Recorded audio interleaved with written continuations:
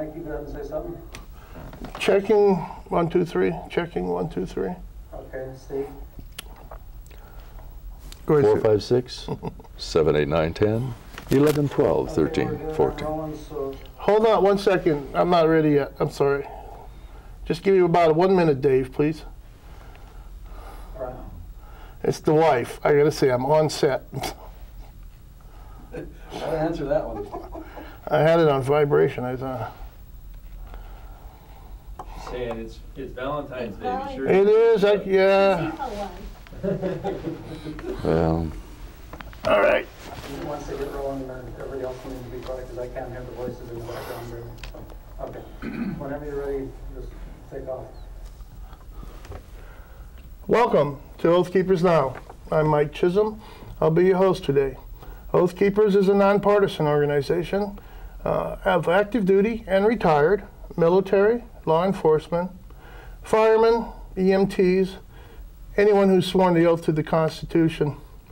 I have a couple of announcements today, but today we're going to discuss the importance and the value of having stored food.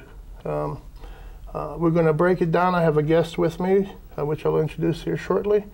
How it compares to many of the other foods that you're seeing now that are popping up everywhere on TV. First of all, I'd like to say there's a POW MIA rally.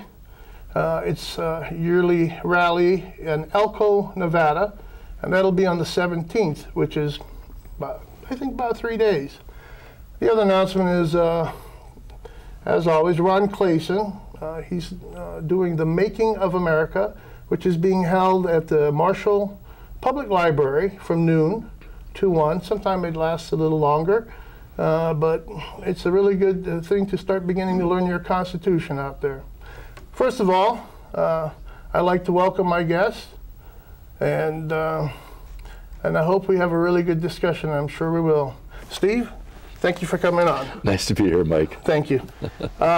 This is Steve Shenk. I'm sorry, I should have been, but you know, I'm just learning at this. Tell me a little bit about yourself and basically where you're from and how long have you been studying the nutritional value of foods and the importance of keeping our food, especially storage in these times? About as long as I've been eating, and that's a long time. You bet it is.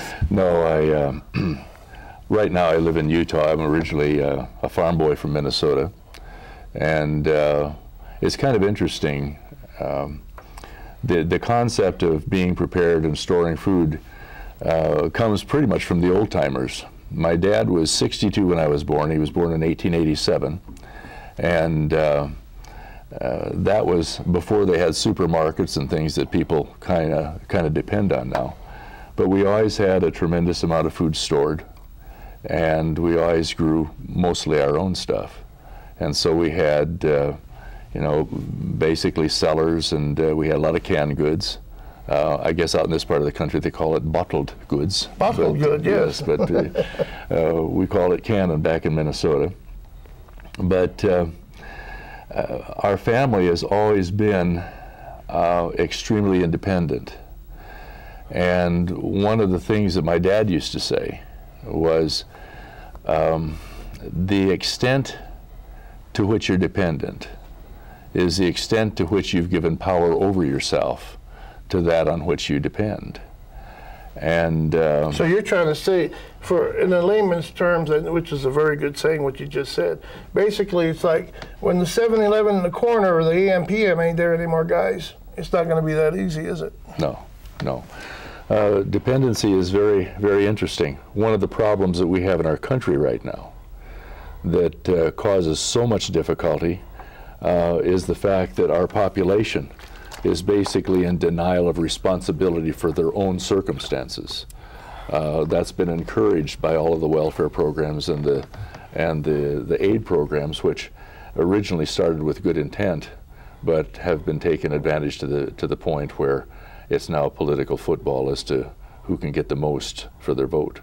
That makes me very uncomfortable because right now in this country, which used to be the breadbasket of the world, yes, you realize that in 1959, Mike, the United States of America could produce enough food for the entire planet to be fed 5 times over. Now we're importing somewhere between 35 and 40% of our food in this country. Why are we importing food when we have all these wheat fields and these potato fields? Thank goodness, I love Idaho potatoes. I mean, why is that happening? Is this a political thing where, hey, we'll send the food overseas and we'll charge the Americans more. We'll charge our fellow countrymen more. Can you break that down for me a little more? Well, how did it all come about, actually? This is a complex subject. We could actually talk for about 3 hours nonstop and still not cover it. But very simply, what's happened is our country, along with the rest of the world, is coming into the 7th year of a worldwide famine. A lot of industry, for example, if you take Florida, Florida at one time grew most of the tomatoes that are grown commercially in the United States. But because of economic factors, they moved the processing plants to Mexico. Mexico enabled the processors to actually have free land, if they use Mexican labor, to grow the tomatoes, and so all of our tomato farmers are sitting there with crops and no place to sell them. This is the type of thing that happens in most of the production areas. A lot of land is gone into the land bank and things like that. When we had 5 million acres destroyed by flooding in the Midwest a couple of years ago, it was impossible to get that land back. Was that when the production. Mississippi River flew? See, from Hawaii, I make word mistakes all the time. Sorry about that. But you know what I meant. It flooded, basically. Yeah, it flooded. And we lost 5 million acres of production land, okay? And we weren't able to turn things around and get the land that is being left vacant or fallow into production because, first of all, to get that land out, the farmers that wanted to use it to replace the land that had been flooded would have had to pay $75 an acre just to get it out of the land bank to the government. So we've got just a whole bunch of stuff that's going on. When we had the bank bailout, a lot of the farmers, the farmers depend, they're businesses now, they're official businesses where they buy in the futures market to hedge against bad crop times.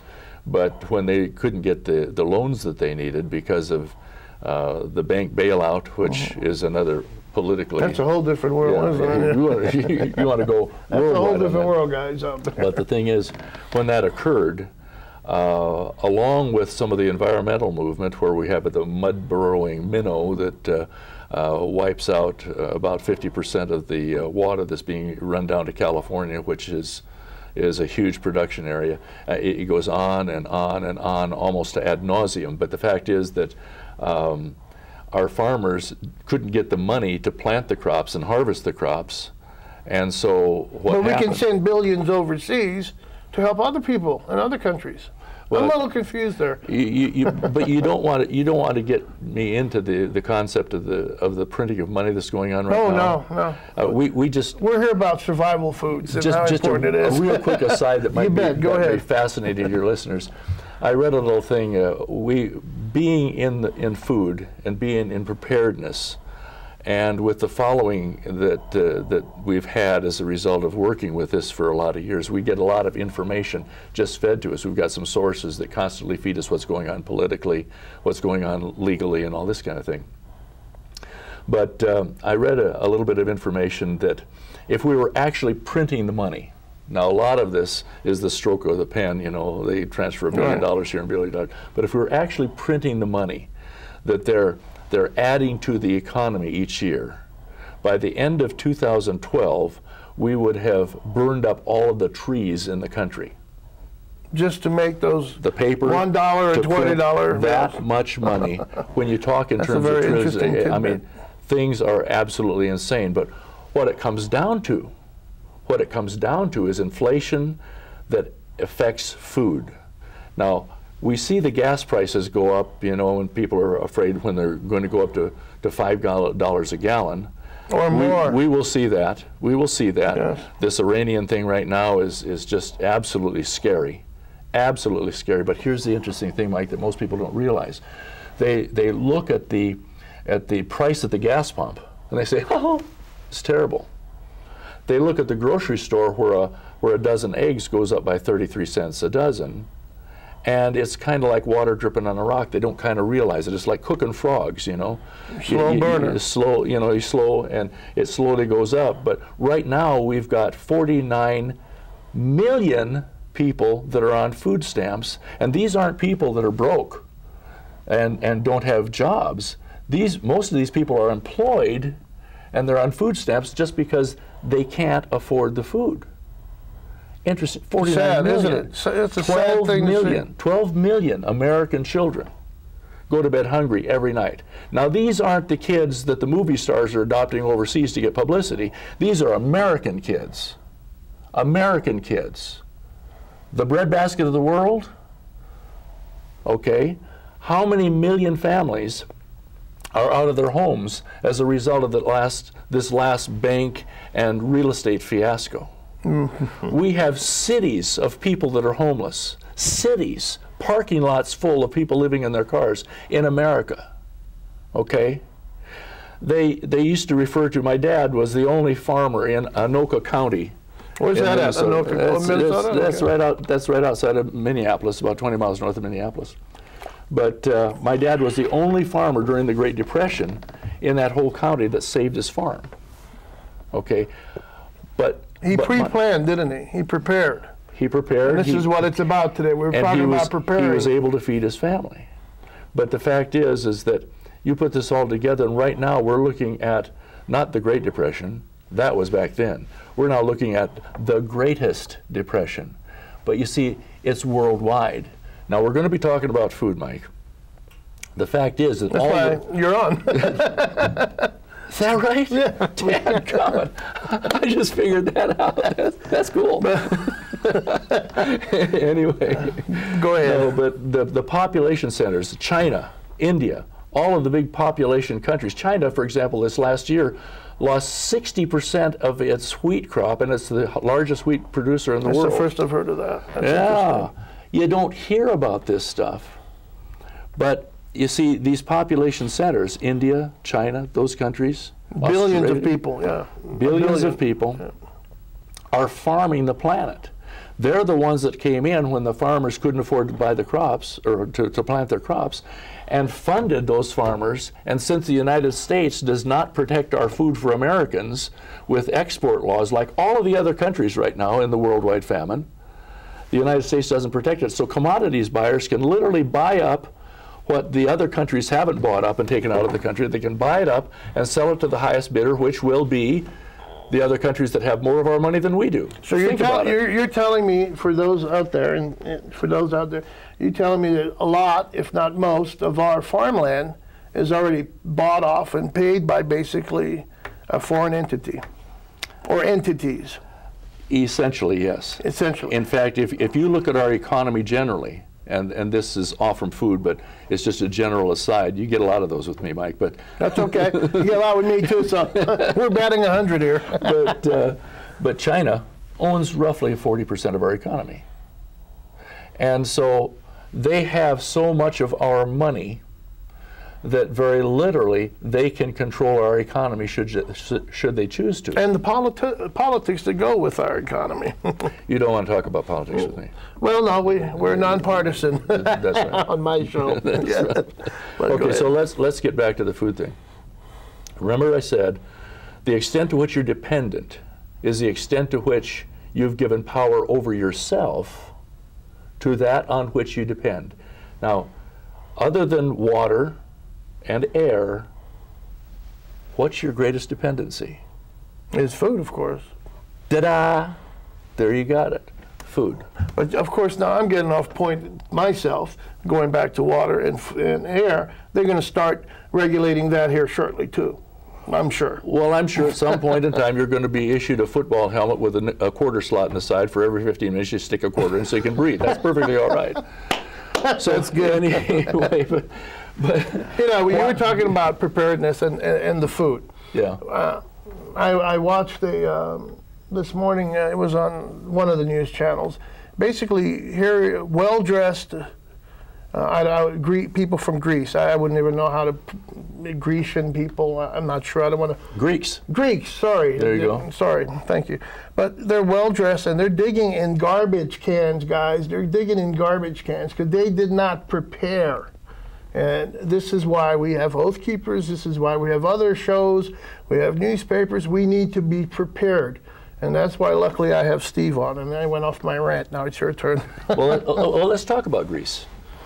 If you look at the history of what brought these people to this point, okay, all of the basically welfare programs, the entitlements, as it were, if you look at all of those, and if you look